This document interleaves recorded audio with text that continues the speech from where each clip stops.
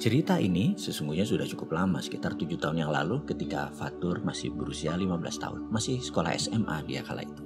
Ya, sudah 2 malam Mas Fatur nggak tidur. Ini malam ketiga. Ini adalah suara lirih dari anak saya nomor 2, Fatur. Dia memang selalu menyebut dirinya dengan panggilan kakak di depan namanya Mas kepada dirinya sendiri. Waktu menunjukkan pukul 11 malam waktu itu. Sebagaimana kebiasaan saya, kalau malam sebelum tidur saya selalu menyempatkan melihat anak-anak di kamar mereka. Kenapa emangnya Mas? Saya bertanya. Gak tahu ya, badan gak capek, padahal udah olahraga seharian. Kemarin renang, pulang sekolah sampai maghrib, terus hari ini futsal. Capek belajar, capek olahraga. Tapi kok gak bisa tidur? Jam 2 malam lebih kemarin baru tidur. Mas Fatur ada mikir apa? Gak tahu ya, kayak orang bingung gitu. Kayak orang gak tahu mau ngapain, katanya sambil duduk di pembaringan tidurnya. Saya menyalakan lampu kamarnya dan duduk di sampingnya. Sambil mencari ide apa kira-kira yang harus saya sarankan atau apa yang harus saya lakukan. Mendadak saya terbersit keingat sesuatu. Saya punya janji memberikan buku kepada seorang kakak asuh di panti yatim Marhamah di Bilangan Cipinang.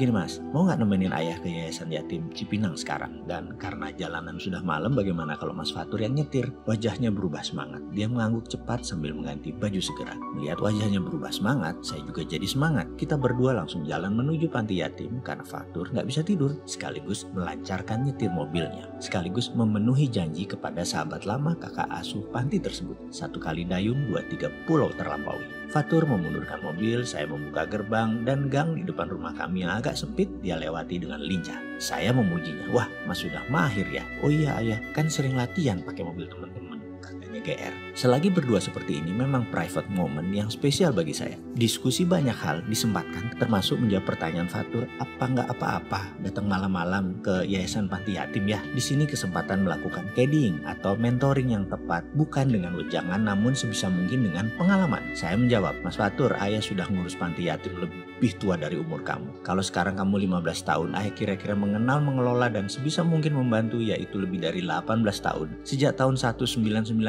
ayah ini pertama kali terlibat membangun rumah yatim Indonesia hingga sekarang. Jadi sudah hafal dengan dunia panti. Di panti yatim di Cipinang ini kalau datang jam 1 pasti ada yang bangun. Entah mereka mau sholat malam atau lagi ngaji, apapun itu mereka adalah kehidupannya di sana. Ada sekitar 150-an anak di sana. Tempatnya sih overcrowded, sudah kelebihan kapasitas. Jadi sering ada yang gak kebagian tempat tidur. Nanti Mas lihat aja. Benar dugaan saya, begitu kami tiba di sana ada anak yang belum tidur. Lalu saya tanya pada seorang anak yang menyapa kami di halaman depan. Nah, Pak Ustadz ada? Ada Pak, tapi sudah tidur. Adiknya ada, barusan lewat sini. Pak Amin, saya mencoba memastikan. Iya Pak, dijawab anak tersebut. Wah kebetulan, tolong panggil ya. Saya tunggu di ruang tamu. Saya menengok Fatur dan saya memperhatikan dia berjalan ke arah belakang. Ini adalah kedatangan pertama dia ke sini. Tak lama, saya pun sibuk berdialog dengan sahabat lama yang tinggal di Surabaya yang kebetulan sedang mengunjungi kakaknya di Jakarta. Tak terasa waktu menunjukkan pukul 1 malam. Saya mengantuk sekali, saya pun mohon diri. Fatur dengan cepat berjalan, pamit cium tangan Pak Amin, lalu dengan tertunduk dia memberikan kunci kepada saya. Ayah aja yang nyetir ya, katanya lirih. Saya melirik dengan sudut mata dan raut wajahnya agak lusuh, entah mengapa. Namun saya pura-pura tidak tahu. Mobil bergerak, dia merubuhkan posisi sandaran tempat duduk dan merebahkan dirinya tidur dengan posisi membelakangi saya. Tidur sedikit melingkar. Saya bertanya dalam hati, kenapa ini anak? Malam sepi, hening, jalan mobil melaju cepat. Saya memperhatikan gerakan Fatur sesekali dan mengerti dia sedang menangis atau menahan tangis. Saya jadi penasaran. Saya pun bertanya, kenapa Mas? Tidak dijawab olehnya. Dia diam saja. Tak lama kemudian suara parau dia berkata, gak apa-apa ya,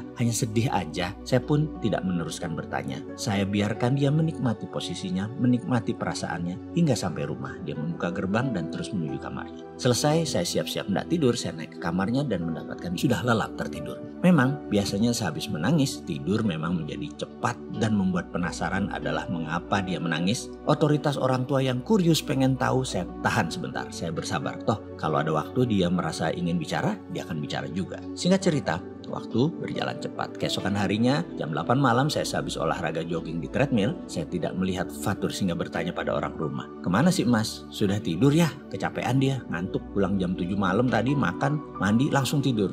Wah, sudah gak insomnia dia, kata saya bercanda.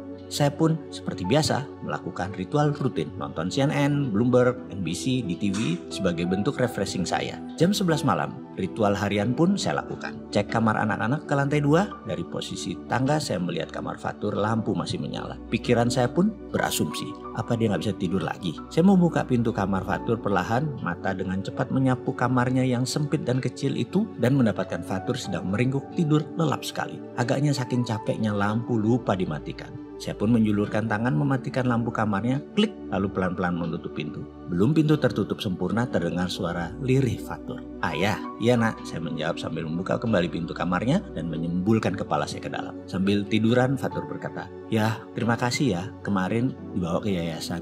Mas kemarin waktu ayah ngobrol, mas ke belakang. Mas ketemu sama anak-anak panti, mereka lagi nggak bisa tidur juga. Kata mereka, kamarnya panas terus banyak nyamuk, kasihan deh ya. Mas sedih melihat kondisi mereka. Lalu mas tanya sama mereka kenapa banyak nyamuk, rupanya kamarnya nggak ada kawat nyamuk, sama nggak ada kipas angin. Mas jadi sedih banget, padahal cuma masalah kawat nyamuk doang, mereka nggak punya dan nggak bisa tidur. Mas jadi keinget sama keadaan di rumah ayah. Emang kamar mas kecil tapi nggak ada nyamuk, nyaman, ada AC, tapi mas nggak bisa tidur. Itu kan artinya mas ini kufur nikmat ya ayah. Mas dosa banget deh, nggak mensyukuri nikmat. Biar kecil tapi nyaman dan itu mas nggak syukuri, mas nggak terima kasih, mas nggak tahu diri. Sementara anak-anak panti mereka nggak ada nyaman-nyamannya. Mas jadi kasihan sama mereka. Karena itu mas kemarin nangis pas pulang dari yayasan. Mas nangis karena sebel sama mas sendiri yang nggak tahu diri. Terus kasihan sama anak panti. Kedua perasaan itu bercampur aduk. Jadi mas diem dan nangis ayah. Saya terdiam mendengar ceritanya.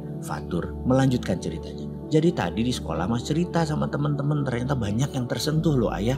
Kita pada ngumpulin duit. Alhamdulillah terkumpul 2 jutaan. Terus kita pakai 2 angkot ke yayasan pulang sekolah. Kita beliin 2 kipas angin sama kawat nyamuk. Terus teman-teman mas banyak juga yang sedih ngeliat sarana di sana. Kan teman-teman mas banyak yang tajir keluarganya. Juga pada bilang gini, kita harus bersyukur loh sama keadaan kita dan kita harus berbagi sebagai ungkapan syukur kita kepada mereka. Makasih ya Fatur udah diingetin. Gitu ya, seru deh tadi. Saya sekali lagi hanya bisa menggeserkan badan. Saya mendekati Fatur dan memeluknya erat-erat. Nah, ada satu lagi yang kamu harus syukuri dan ayah syukuri. Banyak orang datang ke tempat yang sama melihat hal yang sama. Namun Mas Fatur melihat dari sisi yang berbeda. Mas menemukan diri Mas Fatur yang lupa bersyukur. Mas menemukan jatuh kasih pada sesama, itu namanya hidayah. Gak semua orang mendapat hidayah. Ayah pun belum tentu. Buktinya sewaktu Mas menceritakan semua itu, ayah baru tersadar, ayah baru ngeh. Ayah juga kufur nikmat, ayah gak mendapatkan apa yang Mas Fatur dapatkan. Terima kasih ya nak, sudah mengingatkan. Ayahmu yang seumur ini ternyata masih harus mawas diri. Kali ini ayah belajar dari Mas Fatur. Sekali lagi makasih ya nak. Saya peluk lama sekali Mas Fatur sambil berlinang air mata. Begitu juga Fatur. Dalam hati saya berkata, saya harus menuntaskan belajar ilmu kehidupan dari siapapun, termasuk dari remaja hijau ini, sehingga pelajaran di awal bisa dilanjutkan dengan syair. Berguru kepalang ajar, bagai bunga kembang tak jadi. Jangan berhenti mengaca diri. Saya janji terus mawas diri, terus berguru, terus belajar agar bunga berkembang pantas. Semoga bisa terus bertransformasi, terus membuka diri dan menjaga integritas.